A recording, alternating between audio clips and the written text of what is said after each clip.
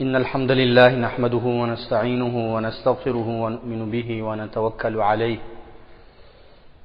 ونعوذ بالله من شرور أنفسنا ومن سيئات أعمالنا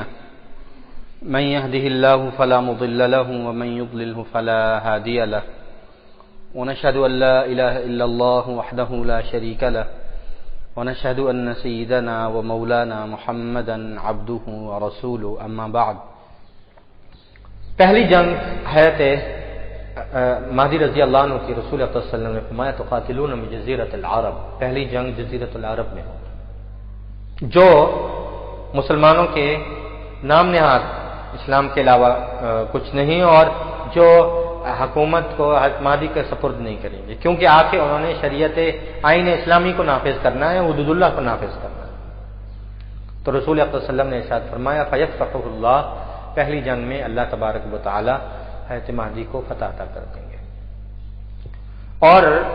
اس جنگ کے ضمن میں ان ایام میں حضرت مہدی رضی اللہ تعالی عنہ کے ہاتھ سے دو چیزیں واقع ہوں گی ان کی برکت سے، جس کی وجہ سے ان کے ہاتھ پر بیعت کرنے والوں کی تعداد زیادہ ہو جائے گی، رجوع کرنے والوں کی تعداد زیادہ ہو جائے گی، ماننے والوں کی تعداد زیادہ ہو جائے گی، لشکر بڑھ جائے گا. ایک چیز تو یہ عرب میں اس خطے میں ان کا فاتح ہونا ہے. اس کے علاوہ دو چیزیں ہیں اور وہ بڑی اہمیت کی حامل ہیں، اور دونوں چیزیں جو ہے وہ صحیح بخاری میں روایت موجود ہے. نبی کریم صلی اللہ علیہ وسلم نے ارشاد فرمایا کہ ان کے سچا ہونے کی پہلی دلیل یہ ہوگی، ایک تو وہ بنیادی دلیل ہے کہ علماء اولیاء کا ان کے ہاتھ پہ بیعت کرنا، عرب میں ان کا فاتح ہو جانا، کہ شام سے ایک لشکر 12,000 کی تعداد میں ان کے خلاف لڑنے کے لیے آئے گا. وہ کون ہے وہ الگ تفصیل ہے. یہ سمجھیے کہ 12,000 کا لشکر شام سے حضرت مہدی کے خلاف جنگ کرنے کے لیے آئے گا. بخاری شریف میں موجود ہے، ام المؤمنین سیدہ عائشہ رضی اللہ تعالی عنہ سے روایت ہے، رسول اللہ صلی اللہ علیہ وسلم نے ارشاد فرمایا کہ جب یہ مدینہ کے البیدا جگہ کے ہوں گے، بیدا چٹیل اور کھلے علاقے کو کہتے ہیں، بیدا مکہ کے باہر کی کھلی آبادی کو البیدا کہتے ہیں. جب یہ وہاں پہنچیں گے یخسف باولہم وآخرہم، زمین پھٹے گی اور ان سب کے سب کو اس میں دھنسا دیا جائے. ایک شخص باقی بچے گا جو واپس جا کر اپنے دھنسنے کی خبر، ناکامی کی خبر جا کے ان کو دینے والا. تو وہ سب کو پتا ہوگا کہ فلاں لشکر روانہ ہو رہا ہے، اب فلاں جگہ پہ پہنچ چکا ہے، اب مکہ کی سرزمین میں داخل ہونے والا ہے، اب مہدی سے جنگ ہونے والی ہے. اور اس وقت ان کے ساتھی تیار ہوں گے کہ ان کا آمنا سامنا ہونے سے پہلے ہی مخالف سارے کے سارے زمین میں دھنس دیے جائیں گے. اس حدیث میں عائشہ رضی اللہ عنہا فرماتی ہیں میں نے نبی کریم صلی اللہ علیہ وسلم سے پوچھا یا رسول اللہ کیف یخسف باولہم وآخرہم، کہ یہ لوگ کیسے دھنسا دیے جائیں گے؟ آپ کہتے ہیں کہ باولہم وآخرہم، جو ان کے ساتھ یہاں موجود ہیں یہ یہاں دھنسا دیے جائیں گے، وآخرہم جو ان کے حامی پیچھے موجود ہیں کچھ لوگ وہاں دھنسا دیے جائیں گے. تو جو وہاں دھنسا دیے گئے ہیں ان کا قصور کیا ہے؟ وہ تو اس لشکر میں شامل نہیں. تو رسول اللہ صلی اللہ علیہ وسلم نے ارشاد فرمایا یبعثون علی نیاتہم، ہر ایک کو ان کی نیت کا اجر ملا ہے. یہ اگر لشکر کے ساتھ آئے ہیں ان کی نیت مخالفت کی ہے تو یہ دھنس گئے، وہ اگر وہاں دھنسا دیے گئے ہیں تو ان کی نیت بیعت مہدی کی مخالفت کی ہے، وہ وہاں دھنسا دیے جائیں گے. ایک رسول اللہ صلی اللہ علیہ وسلم نے ارشاد فرمایا وفیہم اسواقہم، کچھ لوگ ایسے ہوں گے قبائل جو مجبوراً داخل کیے گئے. تو عائشہ رضی اللہ عنہا فرماتی میں نے رسول اللہ صلی اللہ علیہ وسلم سے پوچھا رسول اللہ جو مجبوراً شامل کیے گئے ہیں ان کا عالم کیا ہے؟ تو نبی کریم صلی اللہ علیہ وسلم نے ارشاد فرمایا یبعثون علی نیاتہم، اگر ان کی نیت امام مہدی کی مخالفت کی ہوگی تو آخرت میں سزا ملے گی، ورنہ وہ اس گناہ سے بری ہوگی. تو پہلا واقعہ جن سے حضرت مہدی رضی اللہ، بڑا واقعہ جس سے حضرت مہدی کی تصدیق بھی ہوگی، اور اس واقعے کی وجہ سے پوری دنیا میں ان کے سچا ہونے کی خبر پھیل جائے گی، اور مسلمان جو شکوک و شبہات جو تو اہل عقیدہ اور علماء سے جڑے ہوئے لوگ ہیں وہ تو اول ایمان لے آئے، کچھ فتح کے بعد ایمان لے آئے، کچھ مسلمان جو شکوک و شبہات کا شکار اگر ہوں گے تو وہ اس حدیث کے پورا ہونے کے بعد جو صحیح بخاری اور صحیح مسلم میں آئی ہے، یہ ان کے سچا ہونے کی ایک بڑی خبر ہے، وہ ایمان لے آئے۔ رسول اکرم صلی اللہ علیہ وسلم نے ارشاد فرمایا کہ ایک واقعہ اس زمانے میں اور ہوگا جس سے پوری دنیا میں انقلاب آیا ہے، پوری دنیا میں ایک تہلکہ مچ جائے گا، اور صرف ان کے حامیوں میں، ان کے لشکر میں شامل ہونے والے صرف مسلمان ہی نہیں، یہود، عیسائی اور بڑے بڑے افراد جو ہے ان کے لشکر میں شامل ہو جائیں گے اس واقعے کی وجہ سے۔ وہ واقعہ بہت دلچسپ ہے۔ اس واقعے کی حقیقت کو سمجھنے کے لیے جو ہے قرآن کی دوسرے پارے کی کچھ آیات کو سمجھنا ہوگا اور تقریباً 3000 سال پیچھے جانا۔ سیدنا حضرت موسیٰ علیہ السلام قوم بنی اسرائیل میں مبعوث ہوئے اور ان کا انتقال ہوا موسیٰ علیہ السلام کا۔ موسیٰ علیہ السلام کی قوم پر جہاد فرض کیا گیا۔ موسیٰ علیہ السلام اور حضرت ہارون علیہ السلام نے اپنی زندگی میں جہاد کیا۔ اللہ یہ فرماتے ہیں کہ ان دونوں کے انتقال کے بعد، موسیٰ علیہ السلام کے اس دنیا سے تشریف لے جانے کے بعد، بنی اسرائیل جہاد کو بھول چکی ہوگی، اور بھول چکی تھی، واقعتاً ایسا ہے، بھول چکی۔ اللہ تبارک و تعالی نے وقت کے نبی حضرت حزقیل علیہ السلام اور بعض تفسیروں میں حضرت موسیٰ علیہ السلام کے خادم حضرت یوشع بن نون علیہ السلام، جو حضرت موسیٰ علیہ السلام کے ساتھ تھے جب حضرت خضر سے ملاقات ہوئی، سورہ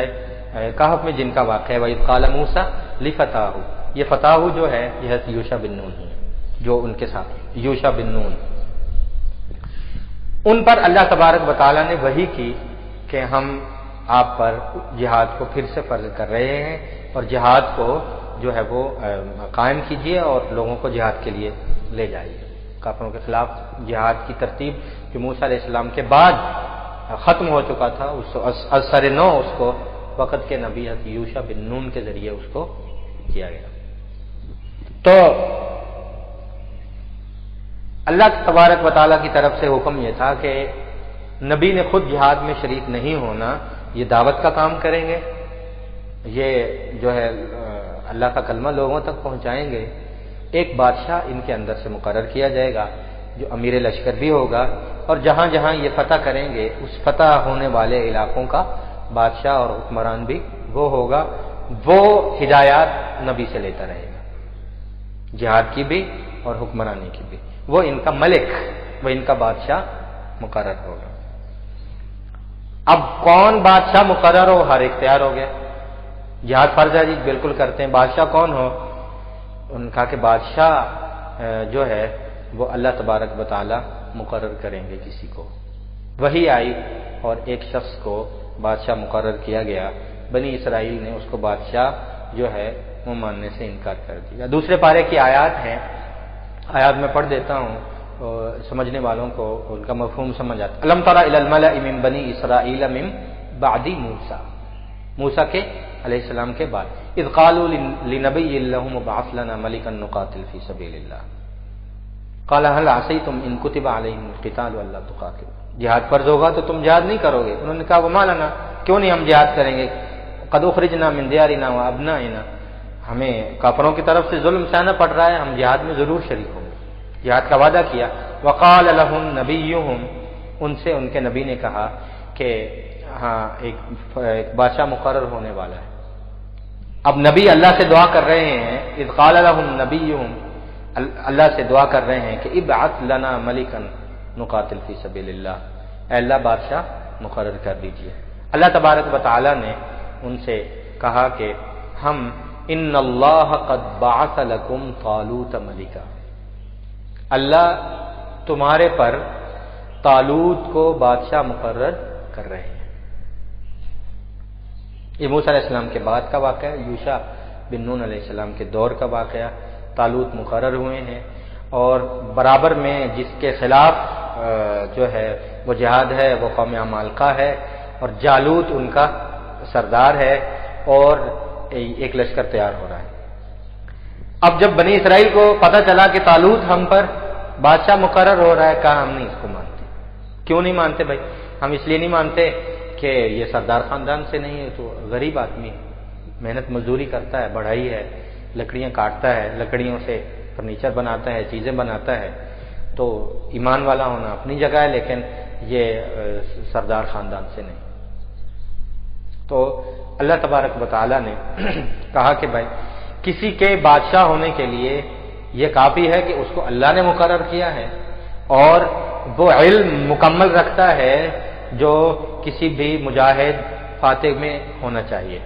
اور کسی حکمران کو جو علم ہونا چاہیے وہ پورا علم اس کے پاس، ایمان بھی ہے، علم بھی ہے، اور جہادی بدن اور جہادی طاقت بھی رکھتا ہے۔ وقال لهم نبیہم،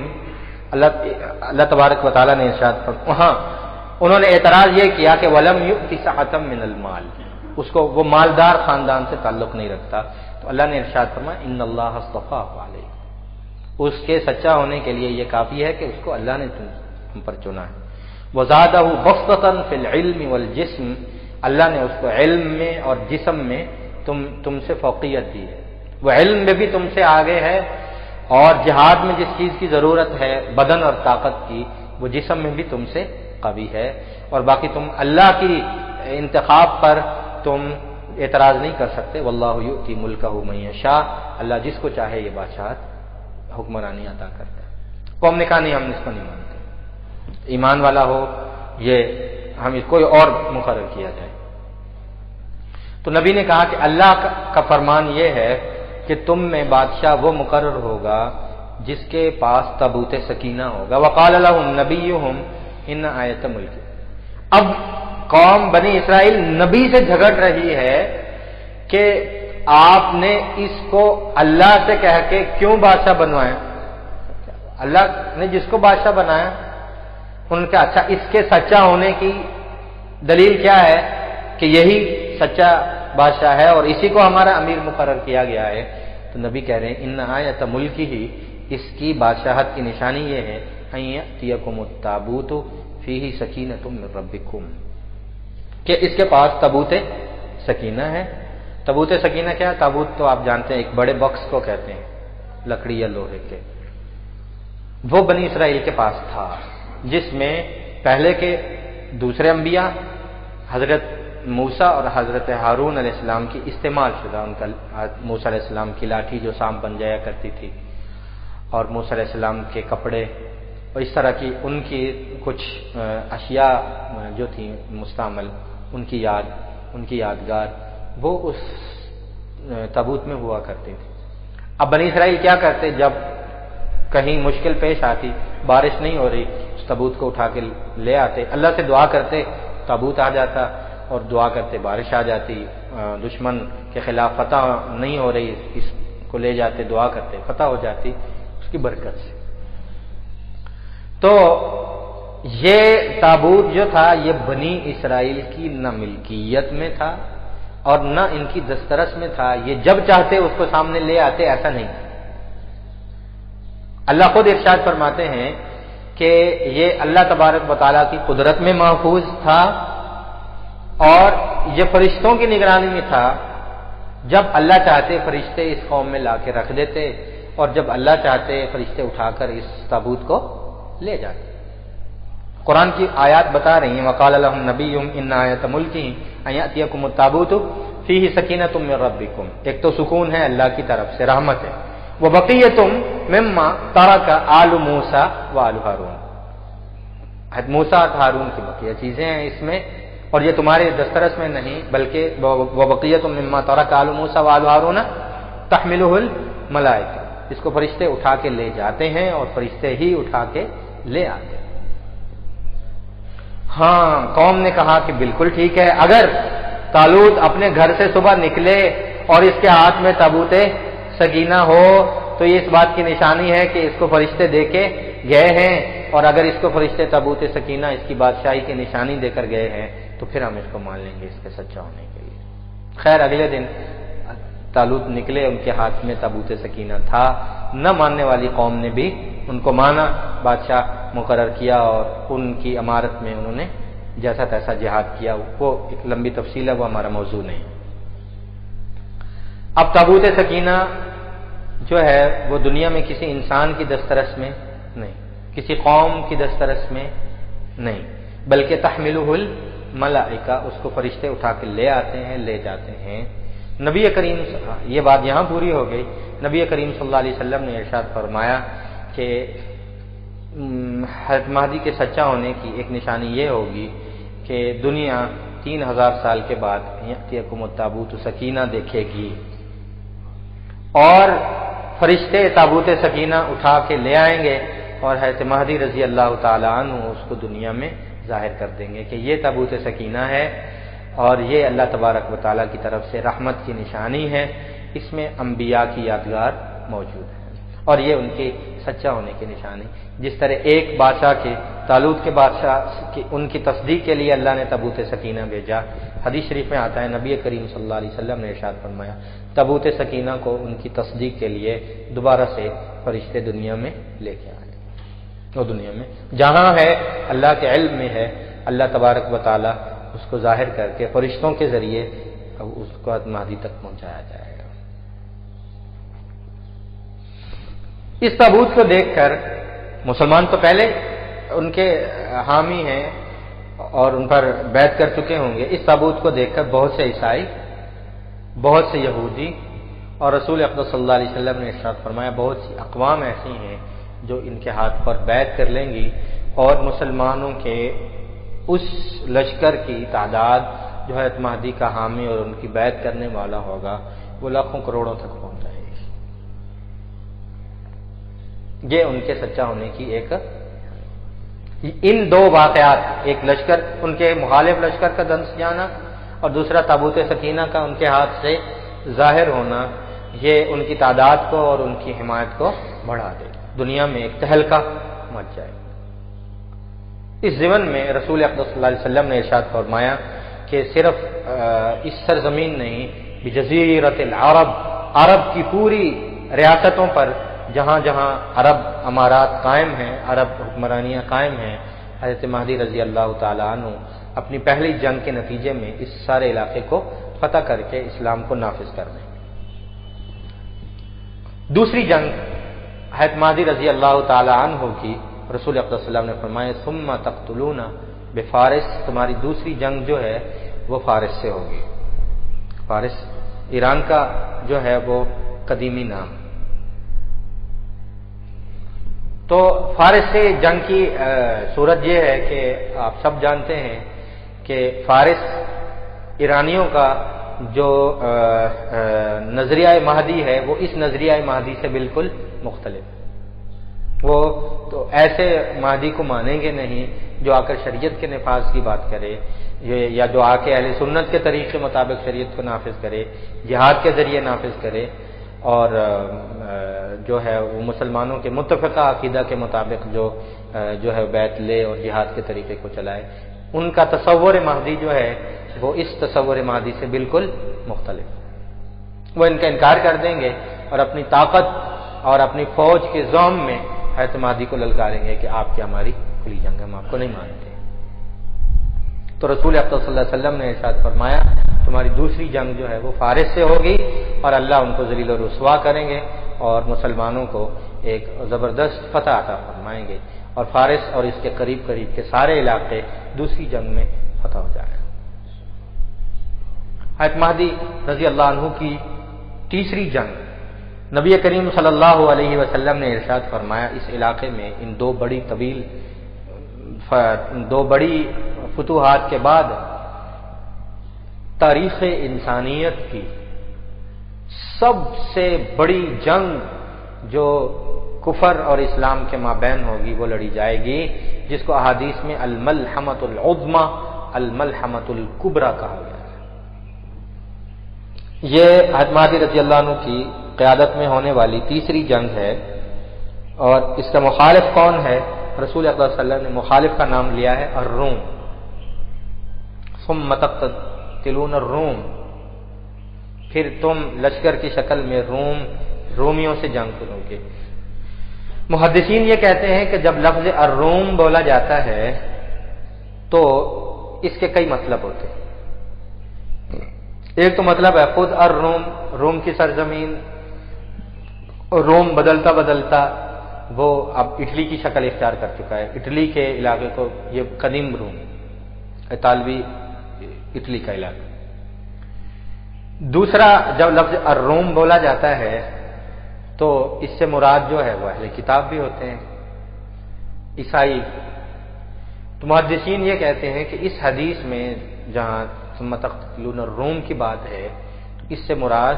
جو ہے وہ علاقہ مراد نہیں، مذہب مراد ہے۔ بعض اوقات روم کہہ کے قوم مراد ہوتی ہے، علاقہ مراد ہوتا ہے، بعض اوقات الروم بول کر مذہب مراد ہوتا ہے۔ یہاں الروم کا لفظ بول کر مذہب مراد ہے۔ آپ کہہ سکتے ہیں کہ حضرت مہدی رضی اللہ عنہ کی تیسری جنگ عیسائیوں اور عیسائیوں کے ہمنوا جو ان کے ساتھ ہوں گے، وہ نیٹو کی شکل میں ہوں یا اس زمانے میں جو شکل ہو، مد مخالف جو ہیں وہ دنیا عیسائیت ہو۔ تیسری بڑی جنگ لڑی کہاں جائے گی؟ نبی کریم صلی اللہ علیہ وسلم نے ارشاد فرمایا کہ شام کے علاقے دابق کے مقام پر لڑی جائے گی، اور اس علاقے کو اعماق بھی کہتے ہیں۔ اعماق اور دابق دو نام ہیں اس علاقے کے۔ یہ شام کے علاقے میں کھلی ایک یعنی میدانی علاقہ ہے جس میں یہ طویل یہ ایک بہت بڑی جنگ جو ہے اس میں لڑی جائے گی، الملحمۃ الکبریٰ۔ نبی کریم صلی اللہ علیہ وسلم نے ارشاد فرمایا کہ کافروں کی طرف سے 80 ڈویژنیں آئیں گی، 80 رایتن۔ یہ حدیث ابو داؤد شریف میں موجود ہے، صحیح مسلم میں موجود ہے، اور سنن ابن ماجہ میں موجود ہے، مشکات المصابیح میں موجود ہے۔ 80 رایتن، 80 ڈویژنیں، جیسے بریگیڈ ہوتی ہے، فوج کی ایک ریجمنٹ ہوتی ہے، اس کو عربی میں رایا کہتے ہیں، جن کے پاس ایک الگ نشان یا ایک جھنڈا ہوا کرتا تھا۔ جس طرح فوج کی مختلف فلاں ریجمنٹ ہے یا بلوچ ریجمنٹ ہے فلاں، ایک پوری ڈویژن کو، ایک پوری ریجمنٹ کو رایا کہتے ہیں۔ 80 ڈویژنیں کافروں کی منظم ہو کر آئیں گی۔ تحت کل رایت 12,000 ہر ڈویژن 12,000 پر ہوگی، ہر ڈویژن کے نیچے 12,000 ہوں گے۔ 12,000 کو 80 سے ضرب دیں تو 9,60,000 فوج بنتی، جو کافروں کی طرف سے میدان میں اترے گی اور مقابلہ کرے گی مسلمانوں کے خلاف عیسائیوں کی مدد میں۔ ان کی طرف سے 80 ڈویژنیں اور ہر ڈویژن کے نیچے 12,000 کا لشکر، 9,60,000 کی فوج کا مقابلہ مسلمانوں کے لیے حضرت مہدی رضی اللہ عنہ سے ہوگا۔ اور رسول اللہ صلی اللہ علیہ وسلم نے ارشاد فرمایا یہ جنگ جو ہے وہ 3 روز تک جاری رہے گی، اور تیسرے روز اللہ تبارک و تعالی مسلمانوں کو فتح عطا فرمائے۔ یہ طویل ترین جنگ، طویل نہیں ہولناک جنگ ہے، اور اس میں شامل ہونے والوں کی چونکہ تعداد زیادہ ہے، اور یہ جنگ جو ہے اس میں مسلمانوں کی طرف جو ہے اس میں حصہ لینے والے چونکہ زیادہ ہیں، تو رسول اقدس صلی اللہ علیہ وسلم نے ارشاد فرمایا کہ یہ جنگ اس سے پہلے کی جو جنگیں ہیں مسلمانوں کی کے 3 حصے ہو جائیں گے۔ اس جنگ میں مسلمان 3 فرقوں میں تقسیم ہو جائیں گے۔ ایک فرقہ وہ ہے جو جنگ سے بھاگ جائے، جو کہے گا ہم جنگ نہیں چاہتے، منافقین۔ رسول اقدس صلی اللہ علیہ وسلم نے ارشاد فرمایا لا یتوب اللہ علیہم ابدا، اللہ ان کی توبہ کو کبھی قبول نہیں کرے گا، ان کو توبہ کی توفیق ہی نہیں ہوگی، وہ اسی نفاق پر اور اسی کفر پہ مریں گے۔ اور دوسرا ایک گروہ ایسا ہوگا، مسلمانوں کی ایک تعداد ایسی ہوگی کہ یقتتلون وہ شہید کر دیے جائیں، مسلمانوں کی ایک تہائی جو ہے، ایک تعداد وہ ان جنگوں میں شہید ہو جائے گی۔ رسول اقدس صلی اللہ علیہ وسلم نے ارشاد فرمایا ہم افضل الشہداء عند اللہ، اللہ کے ہاں وہ افضل شہداء میں شامل کیے جائیں۔ شہادت کا اعلیٰ مقام ان کو عطا کیا جائے. اور 1/3 ایسی ہوگی فیفتتحون جو فتح کریں گی، جس کو اللہ فتح عطا فرمائیں گے. وہم لا یفتتنون ابدا، اللہ تبارک و تعالی اس عظیم جنگ کے بعد ان کو کسی بڑے فتنے میں مبتلا نہیں کریں گے. یہ ملحمۃ الکبریٰ میں ایک بہت بڑی جنگ ہے، اسلام کی بہت بڑی فتح ہے. رسول اقدس صلی اللہ علیہ وسلم نے ارشاد فرمایا کہ اس جنگ کی ضمن میں، اس جنگ کے تحت چھوٹی چھوٹی جنگیں مختلف علاقوں میں حضرت مہدی رضی اللہ تعالی عنہ اپنے کمانڈروں کی، اپنے ماتحت افراد کی شکل میں یہ جنگیں ہوں گی. خود جن جنگوں میں حصہ لیں گے وہ یہ بڑی جنگ ہے. اور اس جنگ کے ضمن میں ایک جنگ کا تذکرہ آتا ہے جو ہندوستان میں ہے. نبی کریم صلی اللہ علیہ وسلم نے ارشاد فرمایا ہندوستان کو اللہ فتح عطا فرمائیں گے اور ہندوستان کے جو حکمران ہیں وہ زنجیروں میں جکڑ کر حضرت مہدی رضی اللہ تعالیٰ عنہ کے ہاں پیش کیے جائیں گے اور سارے علاقے میں جو ہے اسلام غالب آ جائے گا اور اسلام جو ہے یہاں اللہ فتح عطا فرمائیں گے، اسلام غالب آئے گا اور یہاں کے حکمران باندھ کر زنجیروں میں حضرت مہدی رضی اللہ تعالیٰ عنہ کے ہاں پیش کیے جائیں گے. تو اس ملحمۃ الکبریٰ عیسائیوں سے بڑی جنگ میں مسلمانوں کی فتح اب مسلمانوں کو پوری دنیا میں فتح کا رستہ ہموار کر دے گی. اور چھوٹے چھوٹے وہ لوگ جو عیسائیت کی وجہ سے قائم ہیں یا ان کی مدد سے قائم تھے وہ خود بخود ختم ہوتے جائیں گے. ہندوستان فتح ہے، قریب کے علاقے فتح ہے، سارے فتوحات نبی کریم صلی اللہ علیہ وسلم نے ارشاد فرمایا اللہ ذوالجلال ان کو عطا فرمائے. حضرت مہدی رضی اللہ تعالیٰ عنہ کی ایک چوتھی جنگ جو حدیث شریف میں آئی ہے، ثم تغزون القسطنطنیہ، پھر تم قسطنطنیہ پہ جنگ کرو گے. اور یہ انسانی تاریخ کی واحد عجیب و غریب جنگ ہے. اس جیسی جنگ نہ اس سے پہلے ہوئی اور نہ اس جیسی جنگ اس کے بعد ہوگی. نبی کریم صلی اللہ علیہ وسلم نے ارشاد فرمایا کہ روم عیسائیوں کی فتح کے بعد اسلام غالب آتا چلا جائے گا. ایک حضور اسلام نے فرمایا مصر ہرقل کا شہر، یہ قسطنطنیہ جو آج کے ترکی استنبول کا پرانا نام قسطنطنیہ ہے، تو یہ شہر باقی رہ جائے گا. اس کے جو حکمران ہیں یہ کفر کے اتحادی ہوں گے، یہ اپنا شہر مہدی کے حوالے نہیں کریں گے، وہ اس خلافت کا حصہ نہیں ہوگا، نہیں بننے دیں گے. تو حضرت مہدی ان کے پاس آئیں گے اپنا لشکر لے کر اور ان پر حملہ آور ہوں گے. اور دنیا کی ایسی جنگ ہے جو بغیر اسلحے کے لڑی جائے گی، جس میں کوئی تلوار، کوئی تیر، کوئی گولی، کوئی چیز استعمال نہیں ہوگی، بغیر اسلحے کے جنگ لڑی جائے گی. نبی کریم صلی اللہ علیہ وسلم نے ارشاد فرمایا جو قسطنطنیہ جنہوں نے دیکھا ہے یا اس کی تصویر دیکھی ہے وہ سمندر کے کنارے استنبول کا شہر واقع ہے. تو نبی کریم صلی اللہ علیہ وسلم نے ارشاد فرمایا مسلمانوں کا لشکر قسطنطنیہ کو یعنی استنبول کو گھیر لے گا اور مشرقی جانب والے جو مسلمانوں کی فوج کھڑی ہوگی وہ مل کر زور سے پڑھیں گے لا الہ الا اللہ. تو استنبول کے اس حصے والا قسطنطنیہ کے مشرقی جدھر کھڑے ہو کے انہوں نے لا الہ الا اللہ پڑھا ہوگا اس کے دروازے کھل جائیں اور وہاں ایک فصیل ہے جو اب بھی قائم ہے، اس کی دیوار گر جائے گی اور مسلمان ان دروازوں سے مشرقی طرف سے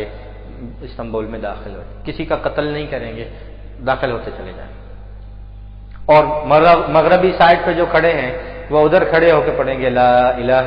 الا اللہ، وہ دیوار گر جائے گی، وہ دروازے کھل جائیں گے، وہ ادھر سے شہر میں داخل ہو جائیں گے. اور یہ لوگ جو ہیں ہیبت اور روب کی وجہ سے یہ لوگ اپنی حکومت ان کے حوالے کر دیں گے اور نہ تلوار چلا، نہ تیر چلی، نہ کوئی زخمی ہوا، نہ قتل ہوا، پورا کا پورا قسطنطنیہ شہر جو ہے فتح ہو گیا. یہ وہ لا الہ الا اللہ ہے،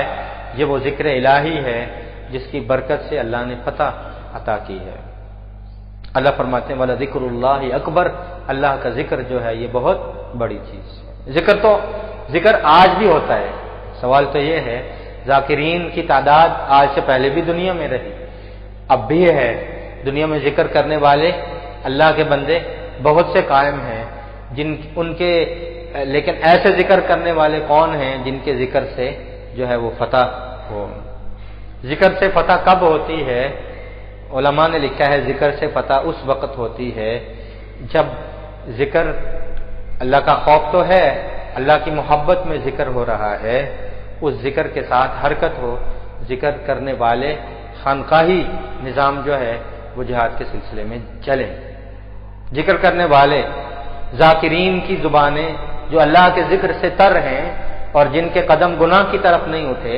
جن کی زبانیں اللہ کے ذکر سے رطب اللسان ہیں، وہ مقدس زبانیں اور وہ پاک گناہوں سے پاک ہاتھ اور قدم جب اللہ کے راستے میں جہاد کے لیے اترتے ہیں تو ان کا ذکر ان کی اسلحہ بن جاتا ہے، اللہ ان کو فتوحات عطا کر دے۔ اور دوسرا وہ ذکر جو خلافت کے تحت ہے، اس ذکر سے فتح اس لیے ہوئی ہے کہ یہ ذکر ایک خلیفہ کے ماتحت ہے، یہ عبادات وہ کامل عبادت ہے کہ دین اپنی شکل پوری کر چکا ہے۔ جہاں نماز ہے تو خلافت کے تحت ہے، جہاں منڈی ہے تو خلافت کے تحت ہے، جہاں دکانداری اور تجارت ہے تو خلافت کے اصول کے مطابق ہے، ان کے زمانے میں سود نہیں ہے، خلافت کے تحت ملاوٹ نہیں ہے، خلافت کے تحت جھوٹ نہیں ہے، خلافت کے تحت منافقت نہیں ہے، لہذا ذکر کرنے والے کے ذکر کا معیار بلند ہو چکا ہے، جو جس زمانے میں وہ جی رہا ہے اس میں سود کی ہوا نہیں ہے، اس کی منڈی میں سود نہیں ہے، خلافت کے تحت ہونے والی تجارت میں سود نہیں ہے، جو لباس وہ استعمال کر رہا ہے اس میں شک و شبہ اور سود نہیں ہے، لہذا اس کی عبادت کا معیار، اس کے ذکر کا معیار بڑھ گیا ہے اور وہ اس معیار تک پہنچ چکا ہے کہ اللہ تبارک و تعالیٰ نے اس کے ذریعے فتح عطا کر دی۔ اور یہی صحابہ کے دور میں بھی ایسے ہوا، بہت سی جنگیں ایسی ہیں، صحابہ پہنچے، ان کی صورت کو، ان کے لباس کو، ان کے اطوار کو دیکھ کر کافر نے کہا ہم آپ سے جنگ نہیں کر سکتے، جزیہ لو، صلح کرو، ہم آپ سے صلح کرتے ہیں، ہم آپ سے جنگ نہیں کرتے۔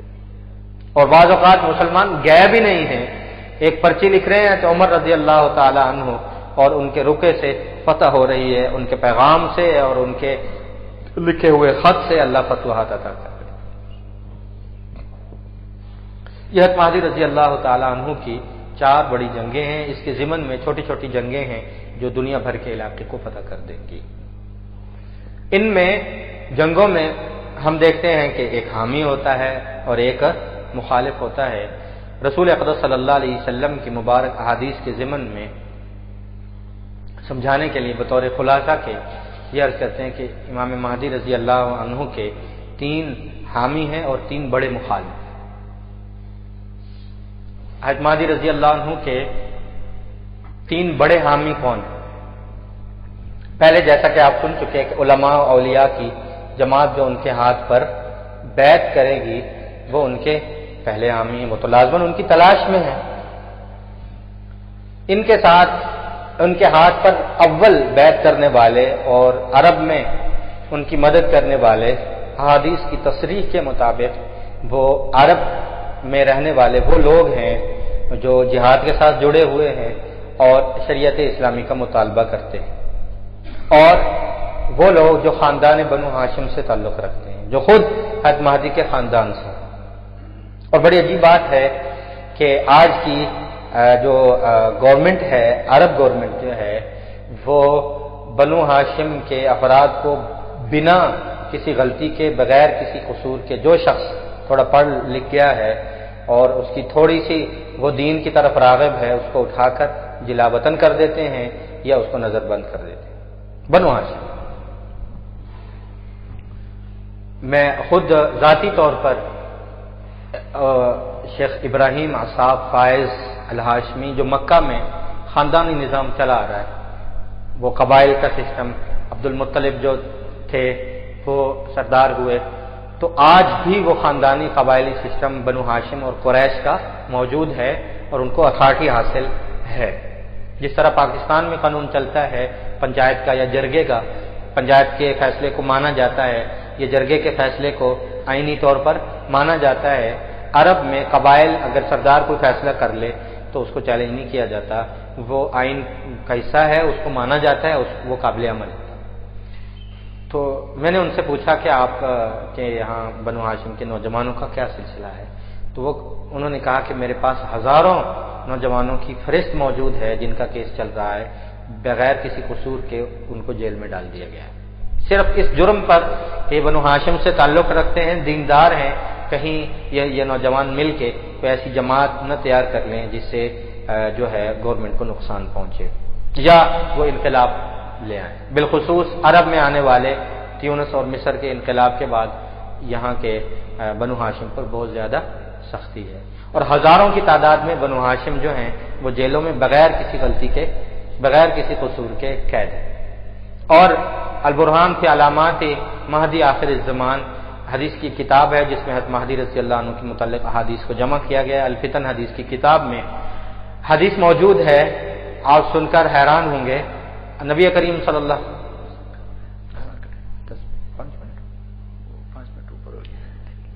ٹھیک ہے نبی کریم صلی اللہ علیہ وسلم نے ارشاد فرمایا کہ حضرت مہدی بیعت اپنے اعلان مہدویت اور بیعت کر لینے کے بعد پہلا کام جہاد میں جانے سے پہلا کام یہ کریں گے کہ یستخرج من کان فی السجن من بنی ہاشم۔ نبی کریم صلی اللہ علیہ وسلم نے ارشاد فرمایا کہ جیل میں بنو ہاشم کے جو نوجوان اور وہ لوگ جو بغیر کسی قصور کے قیدی ہیں ان کو رہا کریں گے۔ حدیث شریف میں موجود ہے اور اس کی امکانی صورت ہمیں نظر آ رہی ہے کہ ہزاروں کی تعداد میں قید ہیں اس وقت بھی موجود۔ یستخرج من کان فی السجن من بنی ہاشم۔ اور حضرت مہدی کے حامیوں میں ایک جو ہے ہمارے علاقے کی خوش قسمتی میں خراسان ہے۔ رسول اللہ صلی اللہ علیہ وسلم نے فرمایا کہ جب جو ہے حضرت مہدی خلاف اپنے مہدی ہونے کا اعلان کریں گے تو ان کے حامیوں میں بڑے حامی قد جاءت من قبل خراسان کی طرف سے آئیں گے۔ خراسان افغانستان کا قدیم نام، پرانا نام ہے خراسان، جس میں افغانستان، پاکستان کے قبائلی علاقے اور ایران کا کچھ حصہ جو ہے اس خراسان میں شامل ہے۔ حضور علیہ السلام نے فرمایا جب تم دیکھو یہاں سے سیاہ جھنڈوں والے آ رہے ہیں تم ان میں شامل ہو جاؤ، فإن فیہا خلیفۃ اللہ المہدی، کیونکہ یہ حضرت مہدی کے سب سے بڑے مددگار و حامی۔ تو یہ اللہ تبارک و تعالیٰ نے اس علاقے کو، اس قوم کو یہ فضیلت عطا کی ہے کہ حضرت مہدی کے حامیوں میں سے بڑی تعداد کی ہے، اور ان کے مخالف یہ گروہ آپ نے دیکھا سب سے پہلا خود عرب کے حکمران، نمبر 2 وہ لشکر جو شام سے آئے گا 12,000 کا، جو ان کے خلاف لڑے گا، اور تیسرا عالم کفر جو ہے جن کے خلاف جنگیں ہیں، فارسی ہیں اور یہ روم عیسائی جو ان کے خلاف جنگیں ہوں گی۔ اللہ تبارک و تعالی ہم سب کو حضرت مہدی کے حامیوں میں شامل فرمائے۔ ابھی جو ہے وہ ساتھیوں نے کھانے کا جو اہتمام کیا ہے، نماز کے بعد کھانا ہے، ہاں جی نماز اور نماز کے بعد کھانا ہوگا۔ حضرت مہدی رضی اللہ عنہ کے موضوع پر 2-3 باتیں جو ہیں وہ ان کے موضوع پر باقی ہیں۔ حضرت مہدی رضی اللہ تعالیٰ عنہ آ کر کریں گے کیا، خلافت کے قائم کر لینے کے بعد ان کی خصوصیات اور صفات کیا ہیں ایک بات، اور کتنا عرصہ یہ دنیا میں رہیں گے، اور کب وفات ہوگی، اور ان کا نماز جنازہ کون پڑھے گا، اور ان کی تدفین کہاں ہوگی انشاءاللہ نماز کے بعد۔ کچھ موضوع جو ہے دجال اور دجال کے موضوع پر، عیسیٰ علیہ السلام کے تعارف اور ان کے آنے کا زمانہ اور علامات، اور حضرت عیسیٰ علیہ السلام کی وفات کے بعد حضرت عیسیٰ علیہ السلام سے لے کر قیامت کے قائم ہونے تک کی جو ہے موٹی موٹی علامات قیامت و احوال کو بیان